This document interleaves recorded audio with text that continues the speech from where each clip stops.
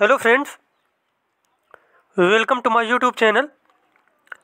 आज हम लोग जो सीटेट का पेपर हुआ था 2 फरवरी 2023 को पेपर 2, उसका हम लोग सीडीपी वाला पार्ट कंप्लीट करेंगे, जिसके हम लोग 30 मोस्ट इम्पॉर्टेंट क्वेश्चन पढ़ेंगे और उससे संबंधित जितने भी उसके पॉइंट होंगे वो भी हम लोग कंप्लीट करते जाएंगे।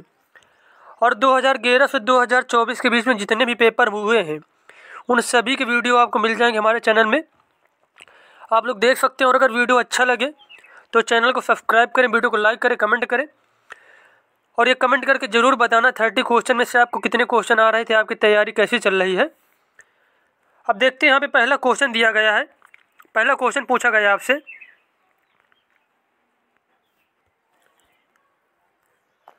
अब यहाँ पे पहला क्वेश्चन देखो दिया गया है, स्नेहा का कद बहुत तेज़ी से बढ़ रही है और अब उसका हाथ उसकी लंबी अलमारी के हैंडल तक आसानी से पहुंच सकता है, जिससे वह बहुत आसानी से अलमारी खोल सकती है। स्नेहा की कद में बदलाव को क्या कहा जाता है? तो यहाँ देखो, जो स्नेहा के कद में जो बदलाव हो रहा है उसको कहा जाएगा वृद्धि। क्या कहेंगे उसको? उसको वृद्धि कहेंगे। अगर शारीरिक क्या है, कोई भी डेवलपमेंट हो रहा है किसी बच्चे के या फिर बच्ची के, तो उसको बोलते हैं वृद्धि बोलते हैं। क्या बोलते हैं इसको? वृद्धि बोलते हैं, क्योंकि उसके कद में क्या हो रहा है, बदलाव हो रहा है, कद उसका बढ़ रहा है। तो यहाँ पे क्या हो रहा है, उसकी वृद्धि हो रही है, शरीर की क्या हो रही है, वृद्धि हो रही है। तो यहाँ पे जो बी ऑप्शन बिल्कुल ही सही हो जाएगा। देखते हैं अगला क्वेश्चन।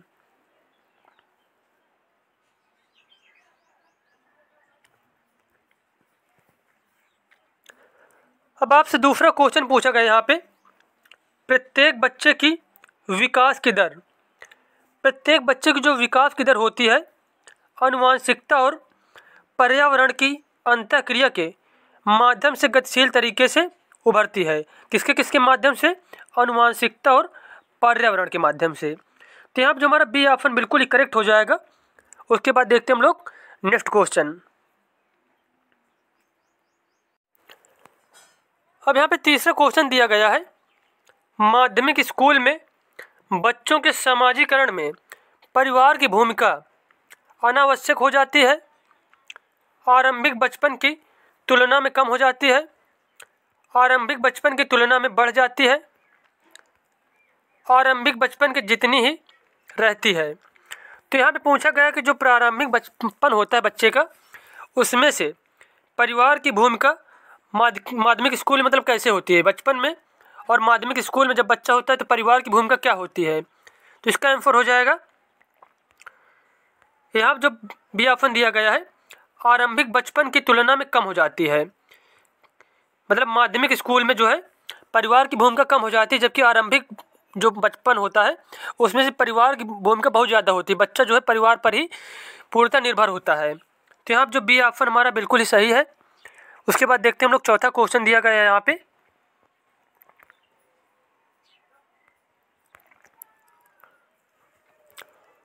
अब यहाँ पे चौथा क्वेश्चन दिया गया है, जीन पियाजे के सिद्धांत की एक प्रमुख आलोचना उनके द्वारा दिया गया विचार यह है कि बच्चे सक्रिय प्राणी हैं। तो ये क्या है, बिल्कुल गलत हो जाएगा, क्योंकि यह क्या है, आलोचना नहीं है। यहाँ पे ये क्या है, एक क्वालिटी है, मतलब बच्चों की अच्छी क्वालिटी है कि बच्चे क्या होते हैं, सक्रिय प्राणी होते हैं।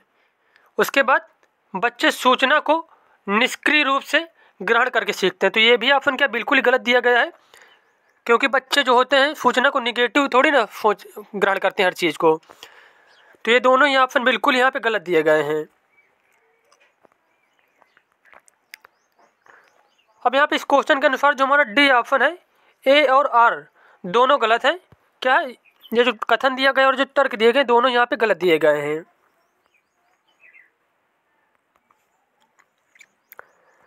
अब 5 नंबर क्वेश्चन यहाँ पे दिया गया है, पियाजे के अनुसार इनमें से कौन सा कारक संज्ञानात्मक विकास में महत्वपूर्ण भूमिका निभाता है। तो इसका आंसर हो जाएगा, संज्ञानात्मक विकास में जो गतिविधियां हैं वो बहुत ज़्यादा महत्वपूर्ण भूमिका निभाती हैं। जब बच्चे से जो है प्रैक्टिकल करवाया जाता है, जैसे कि बच्चे को कोई काम दिया गया उसको क्या प्रैक्टिकल वो करके देखे, उसके बाद जो क्षेत्र भ्रमण करवाया जा रहा है, और मतलब कोई भी एक्टिविटी करवाई जाती है जब बच्चे की, तो क्या उसका माइंड जो है डेवलपमेंट होता है माइंड का उसके, और उसकी क्या है बुद्धि भी तीव्र होती है। तो खुद से करके जब बच्चा कोई गतिविधियाँ करता है तो क्या उसके संज्ञानात्मक विकास में बहुत ज़्यादा फर्क पड़ता है। तो यहाँ पर जो ए ऑप्शन है बिल्कुल ही सही हो जाएगा। उसके बाद देखते हैं नेक्स्ट क्वेश्चन।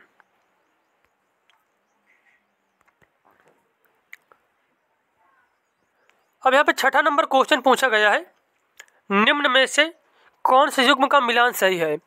मतलब यहाँ पे अवस्थाएं दी गई हैं और उनकी क्वालिटी दी गई है कि कौन सी अवस्था की कौन सी विशेषता है। ये सही वाला ऑप्शन हमें इसमें बताना। जैसे कि संवेदी चालक अवस्था है जो, इनमें से बच्चा मूर्त समस्याओं पर तर्क करने लगता है, बिल्कुल ही गलत दिया गया है। पूर्व संक्रियात्मक अवस्था में प्रतिवर्ती सोच का विकेंद्रीकरण होता है तथा विकेंद्रीकरण होता है, ये भी बिल्कुल गलत दिया गया है। संक्रियात्मक अवस्था वस्तु स्थायित्व तथा जीववादी सोच का डेवलपमेंट होता है, ये भी गलत है। उसके बाद डी ऑप्शन दिया गया है, औपचारिक संक्रियात्मक अवस्था में अमूर्त सोच बच्चे में आ जाती है। अमूर्त सोच बच्चा जो है प्रारंभ कर देता है सोचना। तो यहाँ जो डी ऑप्शन बिल्कुल दिया गया, चौथी अवस्था जो होती है जीन पियाजे के अनुसार, इसमें बच्चे क्या होते हैं, अमूर्त सोच। मतलब अमूर्त सोच के बाद जो है मतलब तात्पर्य ये है कि जब कोई चीज़ें बच्चे के सामने, जैसे कोई वस्तु बच्चे के सामने नहीं है, फिर भी उसके बारे में वह बच्चा जो है सक्रिय रूप से क्या है कल्पना कर सकता है, उसके बारे में तार्किक रूप से सोच सकता है। तो यहाँ पे डी ऑप्शन बिल्कुल ही सही दिया गया है।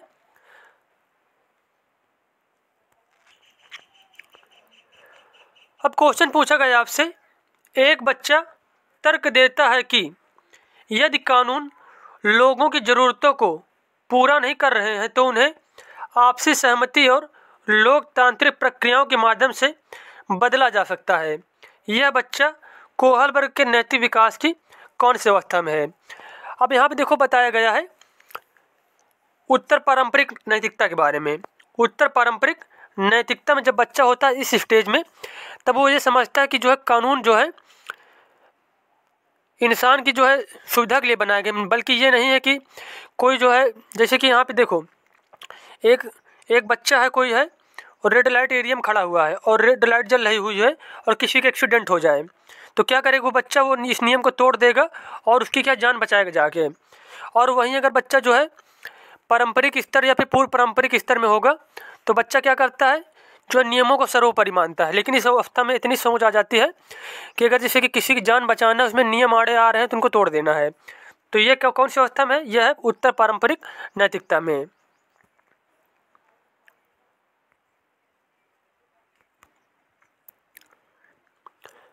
अब 8 नंबर क्वेश्चन पूछा गया यहाँ पे, लेवाइगोस्की के अनुसार अर्थपूर्ण सीखने के लिए शिक्षिका को बच्चों को, तो अर्थपूर्ण सीखने के लिए जो एक शिक्षिका है उसको बच्चों को पाठ प्रदान करना चाहिए। अब पाठ प्रदान करने से ये क्या, देखो जैसे कि समझना ये है, जैसे कि कोई बच्चा क्या है खुद से नहीं, जैसे कि एक मैथ का सवाल बच्चा लगा रहा है खुद से, तो खुद से नहीं कर पा रहा है, तो उसको क्या है 2-3 बार जब वो चीज़ को समझाई जाएगी शिक्षिका या फिर शिक्षक के द्वारा, तो एक टाइम ऐसा आएगा कि वह काम जो है बच्चा वो सवाल अपने मन से करने लग जाएगा। तो ये जो कुछ समय के लिए जो टेम्परेरी हेल्प प्रदान की गई बच्चे को, इसी को बोलते हैं इसके फोल्डिंग या फिर पाठ बोलते हैं। यहाँ पे ए ऑप्शन हमारा बिल्कुल ही सही दिया गया है। उसके बाद देखते हैं हम लोग 9 नंबर क्वेश्चन।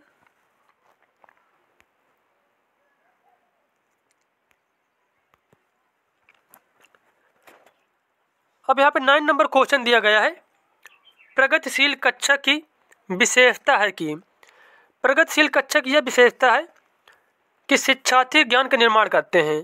जो बच्चे होते हैं वह खुद ही ज्ञान का निर्माण करते हैं। तो यहाँ पे हमारा बी ऑप्शन बिल्कुल ही करेक्ट हो जाएगा। देखते हैं अगला क्वेश्चन।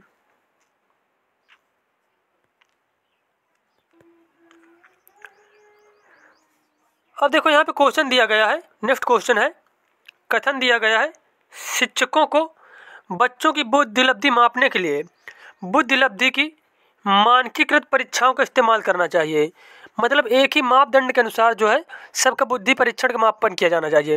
तो बिल्कुल ही गलत ऑप्शन दिया गया। कहीं भी अगर मानकीकृत की बात आ जाए अगर किसी ऑप्शन में, तो वो हमेशा क्या होगा, गलत ही होगा। तर्क दिया गया है, बुद्धिलब्धि को मापने वाली मानकीकृत परीक्षाएं बुद्धि की सटीकता से भविष्यवाणी कर सकती हैं। तो ये भी ऑप्शन क्या बिल्कुल ही गलत हो जाएगा। तो यहाँ जो कथन ए है और तर्क आर जो दिया गया है, ये दोनों यहाँ पे गलत दिए गए हैं। तो अब इस क्वेश्चन के अनुसार यहाँ पे जो हमारा जैसे कि डी ऑप्शन दिया गया है, ए और आर दोनों ही क्या है, गलत दिए गए हैं यहाँ पे।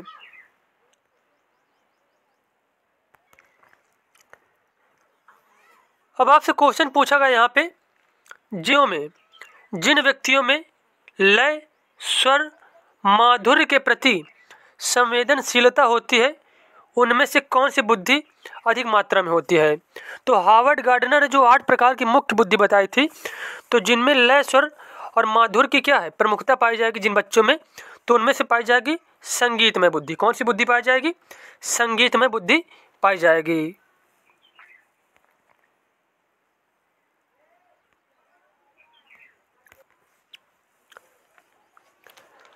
अब देखो यहाँ पे 12 नंबर क्वेश्चन दिया गया है, सामाजिक रचनात्मक परिप्रेक्ष्य के अनुसार भाषा के बारे में भी यहाँ पे बताना है कि सामाजिक रचनात्मक परिप्रेक्ष्य के अनुसार जो भाषा है सामाजिक पारस्परिक क्रियाओं के मौके प्रदान करके अधिगम को सुसाध्य बनाती है। तो यहाँ पे पहला ही ऑप्शन बिल्कुल सही दिया गया है कि जो सामाजिक पारस्परिक क्रियाओं को जो मौके प्रदान करके वह क्या अधिगम को सुसाध्य बनाती है।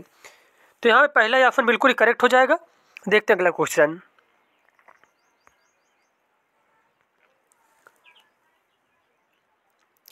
अब यहाँ पे 13 नंबर क्वेश्चन दिया गया है, समाज की संस्कृति पुरुषों और महिलाओं की भूमिका निर्धारित करती हैं। इसका मतलब यह है जेंडर एक सामाजिक रचना है। जेंडर क्या है? एक सामाजिक रचना है।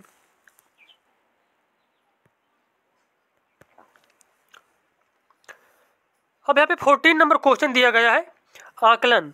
मतलब आकलन क्या है? आकलन किस लिए करना चाहिए? सीखने को सुनिश्चित करने के लिए, तनाव उत्पन्न करने के लिए आकलन करना चाहिए। तो ये ऑप्शन बिल्कुल ही गलत हो जाएगा। क्या आकलन इसलिए किया जाता है कि बच्चों में तनाव उत्पन्न हो। उसके बाद बी नंबर ऑप्शन दिया गया है, ये सीखने सिखाने की प्रक्रिया को बेहतर बनाने में मदद मिलनी चाहिए आकलन से। तो बिल्कुल सही दिया गया यहाँ पे बी ऑप्शन जो है। आकलन इस वजह से किया जाता है कि जैसे बच्चे को कोई चीज़ें सिखाई जा रही हैं शिक्षक के द्वारा, तो उसका पता लग पाए कि बच्चे को समझ में आ रहा है कुछ कि नहीं आ रहा है समझ में। और सभी बच्चे क्या है, अगर जैसे कि जो मतलब प्रक्रिया से पढ़ा रहा है, जो टीचिंग स्किल से जो बच्चा जो मतलब एक शिक्षक पढ़ा रहा है किसी को, तो फिर दूसरी क्या है शिक्षण पद्धति अपना के देखे। अगर उस शिक्षण पद्धति में नहीं समझ में आ रहा है तो आकलन इसीलिए जो है बच्चों के बारे में जानकारी लेने के लिए किया जाता है। तो यहाँ पे बी ऑप्शन जो है बिल्कुल हमारा सही है। उसके बाद देखते हैं हम लोग 15 नंबर क्वेश्चन यहाँ पे।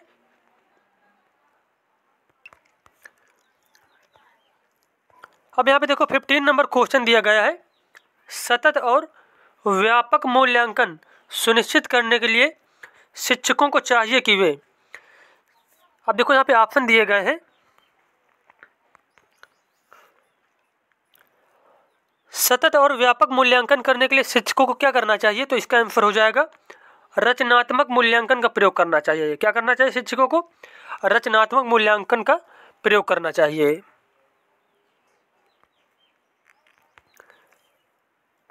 अब देखो यहाँ पे जो रचनात्मक मूल्यांकन से तात्पर्य है कि रचनात्मक मूल्यांकन जो होता है उसमें से बच्चों की प्रगति की निगरानी की जाती है कि मतलब कितना जो है बच्चे का विकास हो रहा है, कितना बच्चा सीख पा रहा है। और जो रचनात्मक मूल्यांकन उतने समय किया जाता है जब अधिगम की प्रक्रिया करवाई जा रही होती है। तो सतत और व्यापक मूल्यांकन के लिए शिक्षकों को रचनात्मक मूल्यांकन का प्रयोग करना चाहिए। अब यहाँ पे 16 नंबर क्वेश्चन दिया गया है, समावेशन के बारे में कौन सा कथन सही नहीं है। यह समावेशन व अपवर्जन को परस्पर जुड़ी प्रक्रियाओं के रूप में देखता है। समावेशन केवल एक खास वर्ग के व्यक्ति जो दिव्यांग हैं उनकी ज़रूरतों के अनुरूप पाठचर्या के अनुकूलन पर केंद्रित है। उसके बाद सी ऑप्शन है, समावेशन से सभी विद्यार्थियों को लाभ मिलता है। इस प्रक्रिया में स्कूल सभी विद्यार्थियों को विशिष्ट व्यक्तिगत रूप में देखते हैं। अब यहाँ पे पूछा गया था कि समावेशन के बारे में कौन सा कथन गलत है। तो यहाँ पे जो बी ऑप्शन दिया गया है, समावेशन केवल एक खास वर्ग के व्यक्ति जो दिव्यांग हैं उनकी ज़रूरतों के अनुरूप पाठचर्या के अनुकूलन पर केंद्रित है। तो ये ऑप्शन क्या बिल्कुल गलत दिया गया है समावेशन के बारे में। और बाकी जितने भी ऑप्शन यहाँ थे वो सभी सही हैं। अब देखते हैं हम लोग नेक्स्ट क्वेश्चन जो हमारा 17 नंबर क्वेश्चन उसको देखते हैं।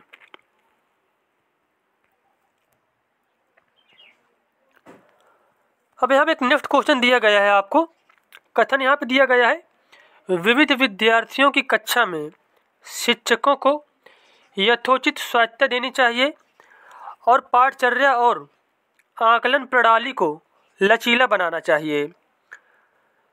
बिल्कुल सही दिया गया है कि बच्चों को क्या स्वायत्तता देनी चाहिए और पाठचर्या को आकलन प्रणाली को लचीला बनाना चाहिए। पाठचर्या और आकलन प्रणाली को लचीला बनाना चाहिए।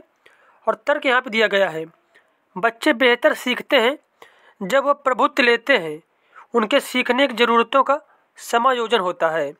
तो ये भी बिल्कुल सही दिया गया, बच्चे बेहतर सीखते हैं जब वह मतलब प्रभुत्व लेते हैं, मतलब ये है कि जब वो खुद से कार्य करते हैं। तो यहाँ जो ए और आर जो दिया गया है, ए कथन और आर तर्क दोनों ही सही है और आर जो है ए की सही व्याख्या करता है। तो यहाँ पे ए ऑप्शन जो है बिल्कुल ही सही हो जाएगा।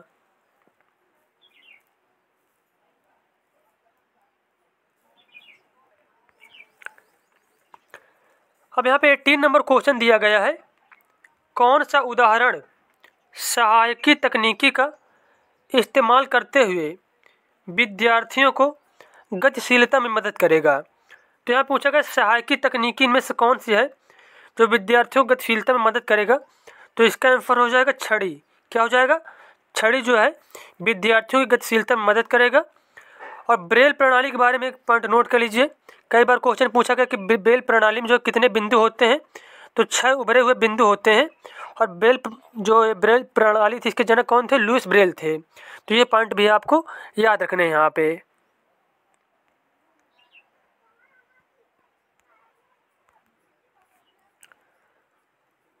अब यहाँ पे 19 नंबर क्वेश्चन दिया गया है, निम्न में से कौन सी प्रणाली विद्यार्थियों जिन्हें दृष्टिबाधित हैं के लिए प्रभावित नहीं है। मतलब जो दृष्टिबाधित विद्यार्थी हैं उनके लिए जो है कौन सी प्रणाली उपयुक्त नहीं, ये हमें बताना है यहाँ पे। कक्षा में कम प्रतिबंधात्मक वातावरण सुनिश्चित करना चाहिए। तो ये तो बिल्कुल सही दिया गया है यहाँ पे। उसके बाद बी ऑप्शन दिया गया है, कक्षा में गैर जरूरी बाधाओं को हटाना। यह भी बिल्कुल करेक्ट है। संरचनाओं को विविध तरीकों से प्रस्तुत करना, यह भी बिल्कुल सही दिया गया है। जबकि यहाँ पे जो डी ऑप्शन है, विद्यार्थियों के पृथक्कीकरण को ध्यान में रखकर उन्हें हरदम अलग बिठाना। क्या जो बच्चे दृष्टिबाधित उनको क्या करना चाहिए? उनको हमेशा अलग बिठाना चाहिए। तो ये ऑप्शन क्या बिल्कुल यहाँ पे गलत हो जाएगा। और बाकी जो ऑप्शन दिए गए हैं ए बी सी तीनों सही हैं। देखते हैं अगला क्वेश्चन हम लोग।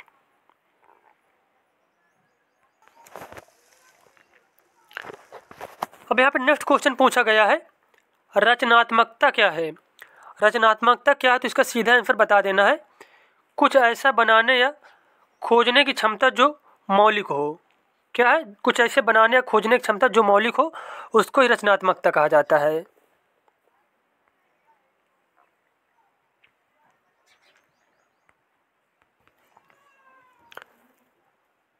अब यहाँ पे 21 नंबर क्वेश्चन दिया गया है, फिर से यहाँ पे कथन दिया गया और तर्क दिया गया है। अब कथन यहाँ पे है, शिक्षकों को बच्चों को चर्चा व संवाद करने के बहुत से मौके देना चाहिए। तो बिल्कुल सही दिया गया है कि जितना बच्चा जो चर्चा और संवाद करेगा उतना ही ज़्यादा अच्छी चीज़ें सीखेगा। उसके बाद तर्क दिया गया है, अर्थपूर्ण अधिगम की प्रक्रिया में दूसरों से अंतःक्रिया करना शामिल है। तो ये तर्क भी बिल्कुल सही दिया गया है कि अर्थपूर्ण अधिगम की प्रक्रिया में दूसरों से अंतःक्रिया करना शामिल है। तो यहाँ पे एक कथन जो दिया गया और तर्क जो आर है, ये दोनों ही सही दिए गए हैं और आर जो है वह एक ही सही व्याख्या करता है। तो यहाँ जो पहला ही ऑप्शन हुआ है इसमें से यही क्या है, बिल्कुल ही करेक्ट हो जाएगा।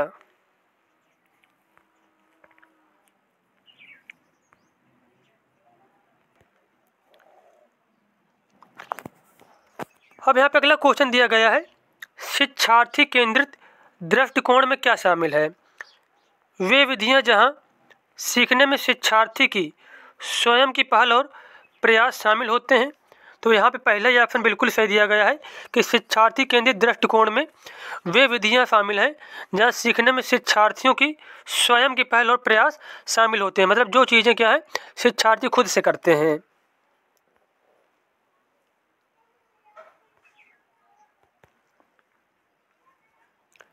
अब यहाँ पे क्वेश्चन दिया गया है, शिक्षकों को इस विश्वास को बढ़ावा देना चाहिए कि अधिगम जो है, अधिगम क्या है, एक सक्रिय प्रक्रिया है जिसका एक सामाजिक संदर्भ भी होता है। तो यहाँ पे ए ऑप्शन जो है बिल्कुल ही सही दिया गया है कि क्या है, अधिगम क्या है? एक सक्रिय प्रक्रिया है जिसका एक सामाजिक संदर्भ भी होता है।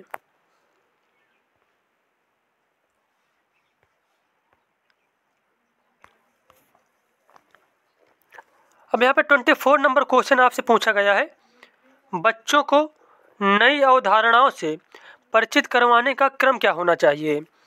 अज्ञात से ज्ञात होना चाहिए, उच्च क्रम से निम्न क्रम होना चाहिए, अमूर्त से मूर्त, या फिर सरल से जटिल होना चाहिए? तो इसका आंसर हो जाएगा यहाँ पे सरल से जटिल होना चाहिए। कैसा होना चाहिए? सरल से जटिल होना चाहिए। और क्या है? ज्ञात से अज्ञात होना चाहिए और मूर्त से अमूर्त होना चाहिए। तो ये भी ऑप्शन अगर जैसे मिल जाए, सरल से जटिल ना मिले, अगर ऑप्शन मिले ज्ञात से अज्ञात, तो ये भी बिल्कुल सही हो जाएगा। या फिर ऑप्शन मिल जाए आपको मूर्त से अमूर्त की ओर, तो ये भी बिल्कुल ही सही हो जाएगा। तो इन 3 ऑप्शन में जो भी आपको मिले वही ऑप्शन करेक्ट करना है हमें।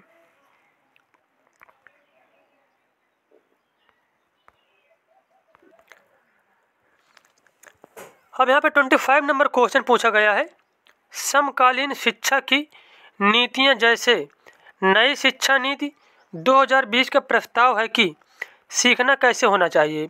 तो सीखना जो है वो होना चाहिए अनुभवात्मक होना चाहिए, एक्सपीरियंशियल होना चाहिए, मतलब अनुभव के अनुसार सीखना चाहिए। नहीं कि बस बच्चे को क्या है पर रट्टा मरवाए रहो, याद करवाए रहो केवल, और कुछ समझ में ना इसको बस याद कर लो, आंसर लिख दो। तो ये सब क्या है, नहीं होना चाहिए। तो यहाँ पे सी ऑप्शन हमारा बिल्कुल ही सही हो जाएगा। देखते हैं अगला क्वेश्चन।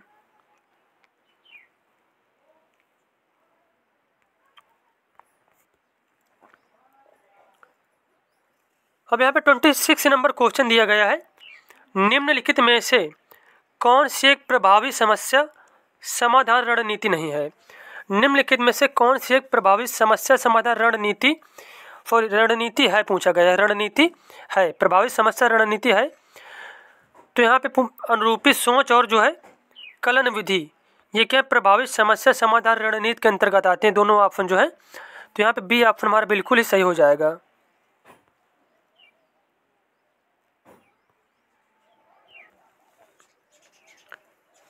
अब यहाँ पे 27 नंबर क्वेश्चन दिया गया है, कक्षा में मौलिक रूप से खोज एवं चिंतन को बढ़ावा देना चाहिए।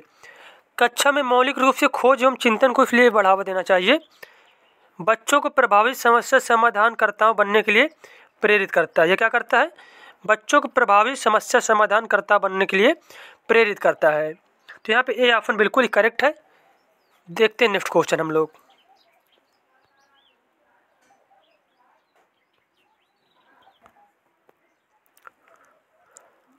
अब यहाँ पे 28 नंबर क्वेश्चन दिया गया है, महारत उन्मुख शिक्षार्थियों की क्या विशेषता है? महारत उन्मुख शिक्षार्थियों की क्या विशेषता है? अब ए ऑप्शन दिया गया है, विफलता का कम डर और क्षमता का वर्धित दृष्टिकोण। तो यहाँ पे पहला ही ऑप्शन बिल्कुल सही दिया गया है कि जो महारत उन्मुख शिक्षार्थी होते हैं उनकी विशेषता होती है कि उनको जो है असफल होने का बहुत कम डर होता है और क्षमता का वर्धित दृष्टिकोण होता है। तो यहाँ पे 28 नंबर ऑप्शन जो हमारा ए है बिल्कुल सही हो जाएगा। देखते हैं नेक्स्ट क्वेश्चन।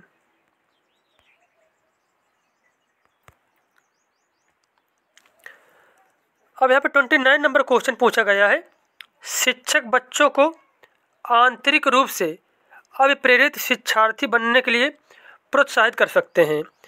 शिक्षक बच्चों को कैसे आंतरिक रूप से अभिप्रेरित शिक्षार्थी बनने के लिए प्रोत्साहित कर सकते हैं? तो इसका आंसर हो जाएगा सीखने की खुशी पैदा करके। सीखने की खुशी पैदा करके, जब बच्चे को सीखने में खुशी मिलने लगेगी तो क्या है, अंदर से प्रभावित होगा और सीखने को ज़्यादा से ज़्यादा क्या करेगा, कोशिश करेगा, क्योंकि उसको सीखने में जब खुशी मिलने लगेगी तो ज़्यादा से ज़्यादा वो काम करेगा।